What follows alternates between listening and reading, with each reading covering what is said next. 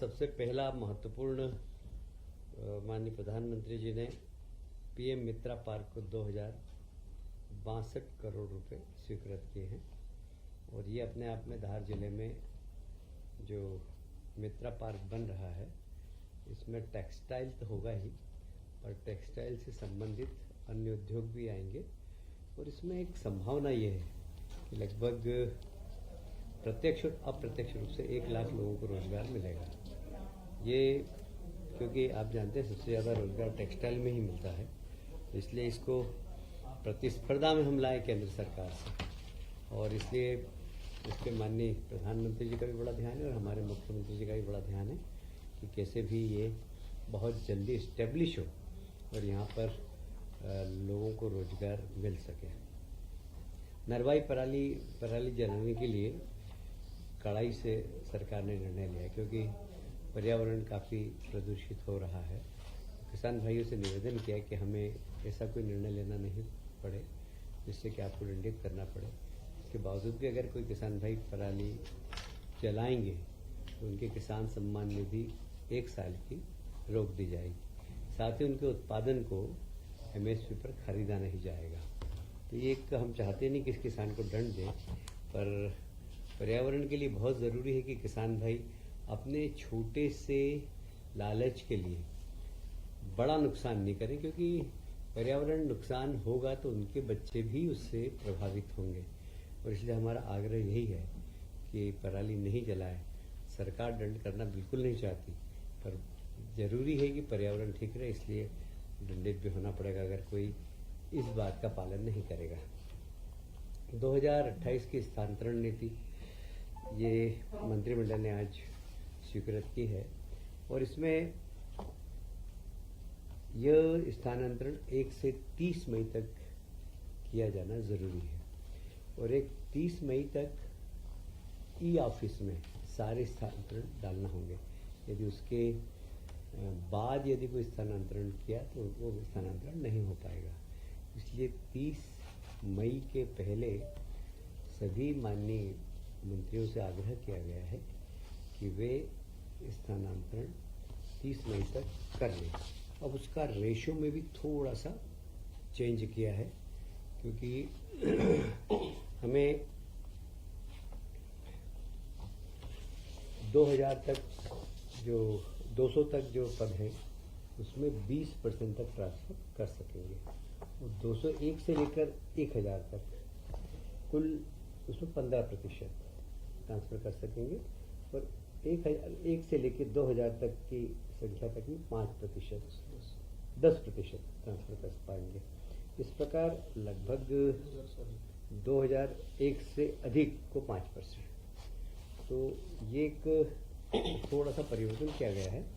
माननीय मंत्रियों का आग्रह था, माननीय मुख्यमंत्री जी ने स्वीकार कर लिया और इसको हमने ट्रांसफर नीति 1 मई से लागू हो जाएगी। 30 मई के पहले हम इसको करा देंगे। इसमें एक था कि स्वैच्छिक जितने भी हैं उसको भी इस प्रतिशत में जोड़ा जाए। तो एक और सुविधा दी कि यदि कोई विभाग अपनी स्वयं की ट्रांसफ़र नीति बनाना चाहे तो बना सकता है और उस ट्रांसफ़र नीति को सामान्य प्रशासन विभाग से एक बार बताकर उसको स्वीकृत करा लें। तो विभाग अपनी सुविधानुसार ट्रांसफ़र नीति भी बनाने के अधिकार आज कैबिनेट ने दिए हैं। उसमें परसेंटेज लागू नहीं होगा? यही परसेंटेज लागू होगा। इसका ड्यूरेशन वही रहेगा 31 में? वही होगा।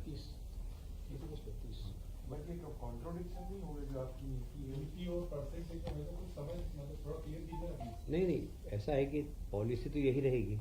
इस पॉलिसी के साथ साथ ही अब कहीं स्वैच्छिक का परसेंटेज ज़्यादा हो गया तो फिर स्वैच्छिक अगर ज़्यादा हो गए तो वो भी इसमें संख्या अगर जुड़ गई तो जो वास्तव में जिनका ट्रांसफ़र करना उनके ट्रांसफ़र नहीं हो पाएंगे। तो इसलिए कुछ इस प्रकार का बैलेंस करना पड़ेगा कि स्वैच्छिक ट्रांसफ़र भी हो और विभाग जिसको चाहे उसके भी ट्रांसफ़र हो। महंगाई भत्ते की किस्त आप सभी जानते हैं कि शासकीय कर्मचारियों की काफ़ी पुरानी डिमांड थी और माननीय मुख्यमंत्री जी ने इसकी घोषणा भी कर दी। तो मध्य प्रदेश शासन ने शासकीय कर्मचारी हेतु 1/7/24 से 3% एवं 1.25 से 2% महंगाई भत्ते की अतिरिक्त किस्त स्वीकृति की जा रही है। इसके फलस्वरूप अभी तक जो महंगाई भत्ता है वो 55% हो जाएगा और ये भारत शासन के बराबर हो जाएगा।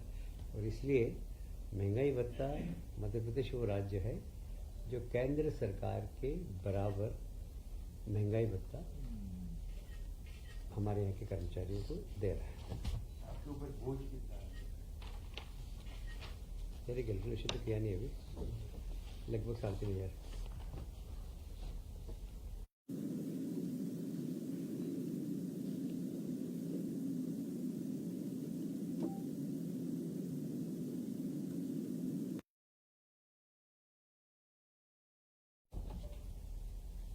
वैसे तो हम सरप्लस बिजली में हैं, पर हम अब ग्रीन एनर्जी को ज़रा फोकस कर रहे हैं, क्योंकि सारी दुनिया ग्रीन एनर्जी को की तरफ जा रही है। हमने भी ग्रीन एनर्जी की तरफ फोकस करना चालू किया है और इसीलिए मध्य प्रदेश और उत्तर प्रदेश दोनों की डिमांड अलग अलग समय पर होती है।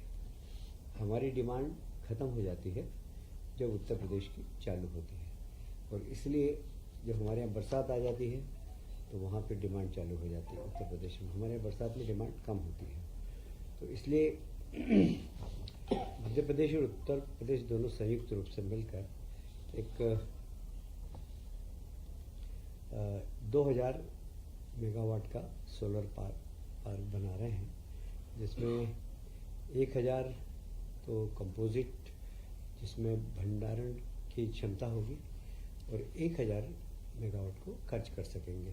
इस प्रकार 2000 मेगावाट का सोलर प्लांट मध्य प्रदेश उत्तर प्रदेश के साथ संयुक्त रूप से मिलकर बनाने की योजना है। और इसमें लगभग इस प्रोजेक्ट में वैसे लगभग इस प्रोजेक्ट में कितना लगेगा? 3000 मेगावाट है टोटल। 3000 मेगावाट है। एक तो 1000 तो कैपेसिटी भंडारण और 2000 सोलर है जी। लोकेशन शायद भिंड के आसपास, मुरैना के आसपास। बंटवारे का प्रतिशत क्या रहेगा दोनों स्टेट्स में? जब जिसकी डिमांड होगी उतनी उसको डिमांड दे देंगे। परसेंटेज तय नहीं है। हाँ, मतलब ये तो दोनों सरकार अपनी ही है, इसलिए अरे पेंशनर्स के लिए दिया जा रहा है। पता है मुझे अभी पेंशनर्स आ गया वो।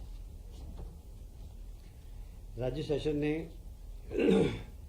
एकीकृत पेंशन योजना के लिए भारत शासन के निर्देश पर एक कमेटी का गठन किया है, और यह कमेटी शासकीय कर्मचारियों के लिए वैकल्पिक रूप से यूनिफाइड पेंशन योजना यूपीएस किए जाने की प्रक्रिया पर विचार करेगी। इसमें 6 अधिकारियों की कमेटी बनी है। अशोक वर्णवाल, मनीष रस्तोगी जी, लोकेश कुमार जाटव, सुश्री तन्वी सुंदरयाल, अजय कटेसेरिया और जेके शर्मा।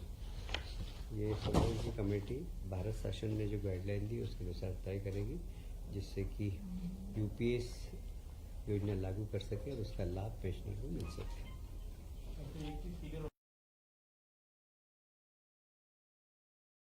दोनों निधियां बंद कर दी जाए। किसान सम्मान निधि एक सेंटर की एक स्टेट देती है और एक सिर्फ सीएम का। पीएम का नहीं, अच्छा नहीं, सीमा